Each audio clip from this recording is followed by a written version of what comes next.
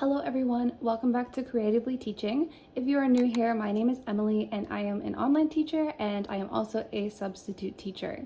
So after a turn of events last week, I got offered a long-term sub position and I thought that I would talk to you today about what that means, how being a long-term substitute teacher is a little bit different from a substitute teacher, how our responsibilities are a little bit different, and what is required of us. Remember that I am a teacher currently in Texas, and depending on the school district, your district might have different requirements of you, and ultimately it really comes down to the principal of that school to decide what it is that you should really be responsible for. Remember that the leave that you are filling in for that teacher, it might be unplanned. And if that's the case, you might have to do some of the lesson planning. In my case, I am incredibly lucky because this teacher already finished all of her lesson planning, has it all neatly in a binder by week, and all I have to do is make copies of the worksheets, click on the links for the videos to play for the kids, and then obviously add my teaching style to the class. I did get very lucky in that they needed 2 long-term sub positions, and so I got to try out 3rd grade and 5th grade. Ultimately, I went with 5th grade because when I left the class that day, they were like, no, please don't leave us. And meanwhile, the 3rd grade class really didn't care, and they were definitely a very rambunctious kind of group. And with my chronic illness and fatigue, it is really hard for me to bring that kind of engagement and excitement to the classroom in the same way. So far I have been teaching this 5th grade class for a week and a half now. My pay is still the same, which is a little frustrating, so I'm still making around $10 an hour, which kind of isn't worth it. But once I hit the 11th day and beyond, I will make $50 more per day, and I can't say that that's a bad deal considering I don't have to do any lesson planning. I do have to do grading though, so I kind of get to choose which assignments that I think are appropriate to grade. Obviously, I grade things like assessments. 5th grade students don't really get homework, and so I'm mostly grading the classwork that they are doing with me, and since I'm leading and guiding them through, it's pretty easy. I do notice some students though haven't followed the rules exactly, and it's kind of frustrating because I was with them, I walked them through it. It was an easy 100 for the students that did what they were supposed to. One of the challenges that I have is that I'm teaching science and social studies, and social studies in Texas is very different from social studies in Pennsylvania. Texas history is completely different from Pennsylvania history, and even the things that they teach about down here are very different. So it has really been a bit of a learning curve. Now in this school in particular, they told me they aren't focusing so much on social studies, but mostly on science. My family is very science oriented. My dad is a biology professor, and so he is able to give me some guidance and tips when it comes to advice for teaching these lessons. But luckily, it's pretty standard, pretty easy for me to teach.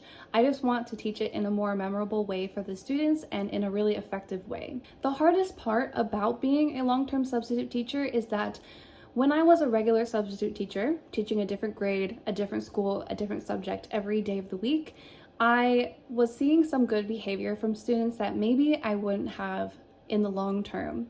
And I'm assuming what happens there is that their teacher is bribing them with something like donuts on Friday or some kind of reward. If you are good for the sub, they leave a good note, this is what you will get when I return. Now, when I first met this group of students, they were very kind and welcoming, and as the days went on, I noticed that they were really testing me and pushing my limits and seeing how much they could get out of me, how much they could get away with, and that was really frustrating, and I didn't really know how to handle it. So I turned to the other 5th grade teachers who are incredibly welcoming and just amazing people, and I'm so grateful for them. But they have a strict way and a certain style of discipline which involves taking away recess.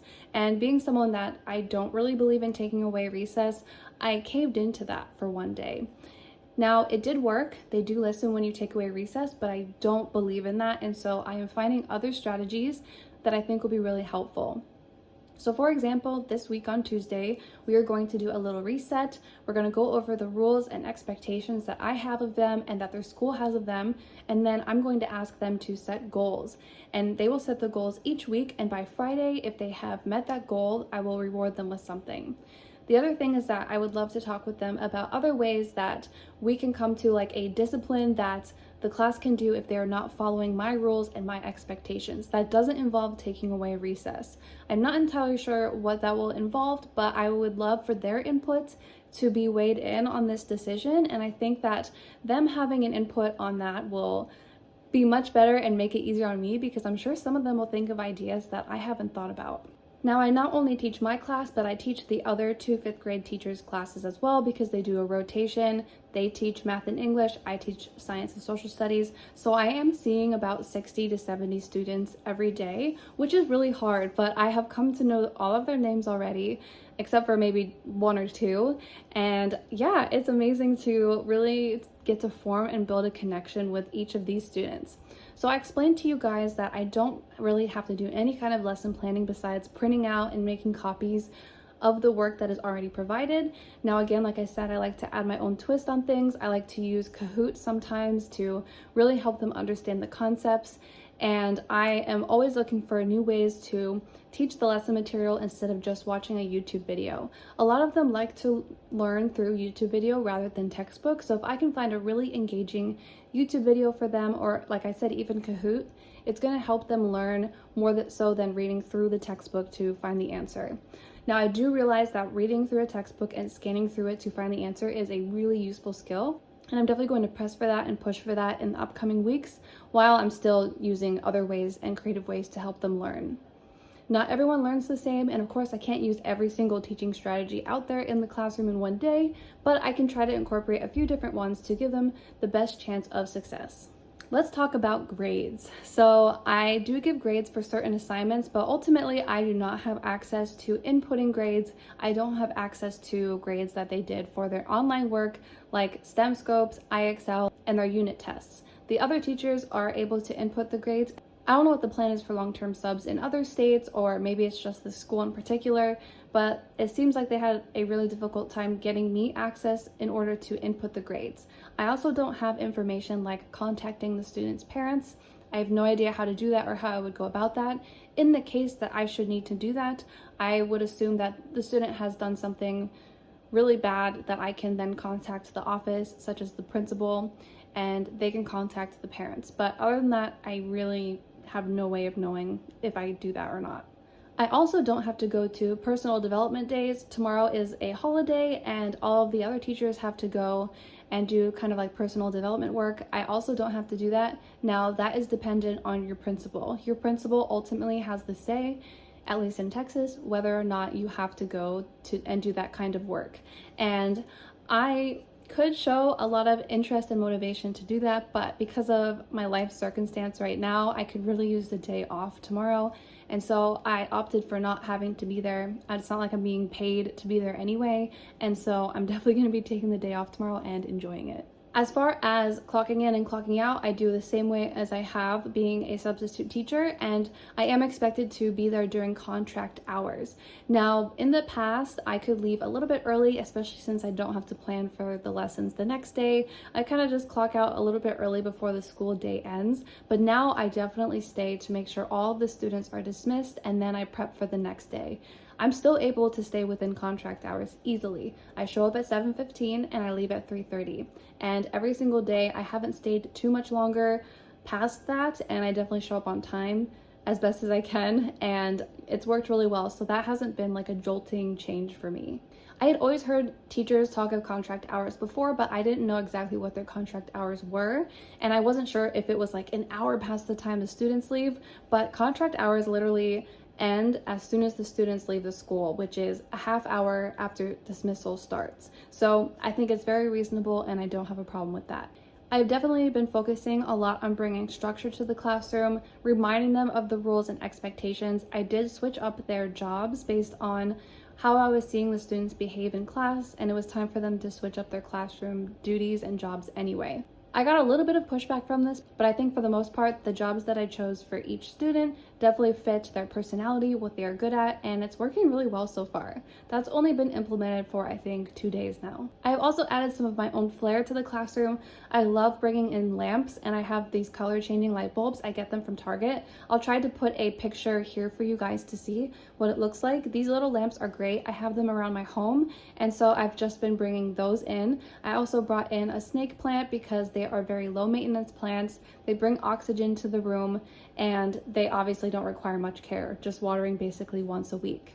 Now, I was debating bringing a wax melter because I love scents, but I also understand that some students don't like strong scents, and I see a lot of teachers that do have wax melt warmers in their room, like those little plug-in ones, and some have like the full large ones, and I don't really know what to do yet regarding that. I'm not going to bring a diffuser. I do have some essential oil diffusers. You can kind of see one in the corner there, but that's not something that I'm going to bring to the classroom just because I'm not sure of like allergies and sensitivities and whatnot. So I do have my spray that I use, and it's like eucalyptus and spearmint scented, and it kills germs, and I spray that basically every day, twice a day, and I think that that really helps because I don't have an immune system right now because of the Crohn's medication that I am on. I suppose the next steps for me include working on my teaching certificate. I'm going to see about trying to do a fast track one because I have my master's degree. I have 4 years of teaching experience, almost 1 year of in-classroom teaching experience, and I'm hoping that I can do something like that. And a lot of them down here say that if you start your teaching certificate, you can work alongside it while still doing the full-time teaching job.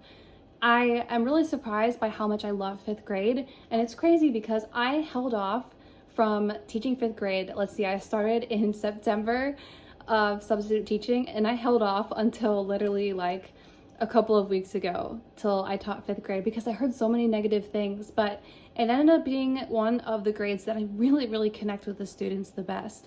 And I just feel like they get me, I get them, I don't treat them like kids, and I am just really trying to get them to respect me more and show respect, and that's what we're going to go over. Showing manners, showing respect, because at the end of the day, when I think about it, showing respect and having manners has been more useful in my life than all of the math that I spent time learning in school. And it really does get you far because when you can show respect and show manners, it makes you more likely to get the job, to make connections with people, and I just think it's really important that the 5th graders learn that now because I have taught at middle schools where the kids are literally just all over the place, totally disrespectful, and I think that I really need to be that part in assisting them in getting to that next step, which is middle school. They have to be prepared, they have to be respectful because some of the things that they're doing now are definitely not going to be tolerated once they hit middle school. I hope that this video was helpful for you and gave you some information on what it's like being a long-term sub. I talked a little bit about the pay, what is expected of me, how I've been feeling throughout this process. It has been a lot for me. Again, I deal with fatigue because I have chronic illness and a few other health issues, and it has been a really jolting change for me from going from tutoring 3 times a week from home and then substitute teaching 3 times a week, and now I'm just teaching 5 days a week, full days at the school, tutoring Thursday nights and tutoring on Sundays. So it has been a little bit crazy. I definitely will not tutor at all in the fall if I'm doing full-time teaching because it's just too much, and I will have to start lesson planning and that kind of thing. I won't have time for it all. Let me know if you have any further questions. Let me know if you have any advice for 5th graders, whether you have advice when it comes to discipline or lesson planning or making lessons more fun for them or prizes or I don't know, rewards, anything. Just let me know about it, and make sure you hit like and subscribe for more A+ advice, and I will see you in the next video.